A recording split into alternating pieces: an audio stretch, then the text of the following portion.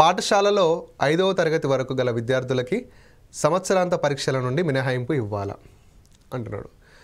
First వాదన, అవును, దీనివలన పేరెంట్స్పై భారం తగ్గుతుంది. సో పేరెంట్స్పై భారం తగ్గుతుందా దీనివలన? 5 సంవత్సరాలు చదివేటటువంటి 5వ తరగతి చదివేటటువంటి పిల్లగాడు ఎగ్జామ్స్ రాయకపోతే పేరెంట్స్పై భారం తగ్గుతుందంట. ఓకేనా? ఎంత నెగిటివ్. సో చదువుకు సంబంధించినటువంటి మ్యాటర్ అండి ఇక్కడ. ఓకేనా? సో చదువు ఎగ్జామ్స్ సంబంధించినటువంటి మ్యాటర్. దీన్ని ఏ పేరెంట్స్ అయినా బడన్గా తీసుకోడు. ఓకేనా? ఒక పిల్లవాడు ఎగ్జామ్స్ రాయడానికి వెళ్తున్నాడు, లేదా ఒక పిల్లవాడు ఎగ్జామ్స్కి ప్రిపేర్ అవుతున్నాడు అంటే పేరెంట్ ఇంకా దానికి ఎక్కువ కష్టపడతాడు, సాయం చేస్తాడు. సో అతనికి ఎగ్జామ్ పెట్టకపోతే మేము రిలీఫ్ అవుతామని ఏ పేరెంట్స్ ఆలోచించాడు. అంత నెగిటివ్ వేలో ఎవరు ఆలోచించాలి. కాబట్టి ఫస్ట్ ఆర్గ్యుమెంట్ రాంగ్. అంటే మా వాడికి ఎగ్జామ్ లేకపోతే నేను హ్యాపీగా ఫీల్ అవుతా అన్న పేరెంట్ ఉంటాడా?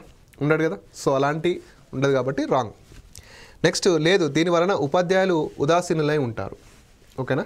దీనివలన సో మన లెక్చరర్స్ గురించి నెగిటివ్, ఉపాధ్యాయులు ఉదాసీనులై. 5వ తరగతి పిల్లలకి ఎగ్జామ్స్ లేకపోతే వాళ్ళు ఫ్రీగా తిరుగుతారని మీనింగ్ అనమాట. సో ఇది కూడా మనకి ఏమవుతుంది?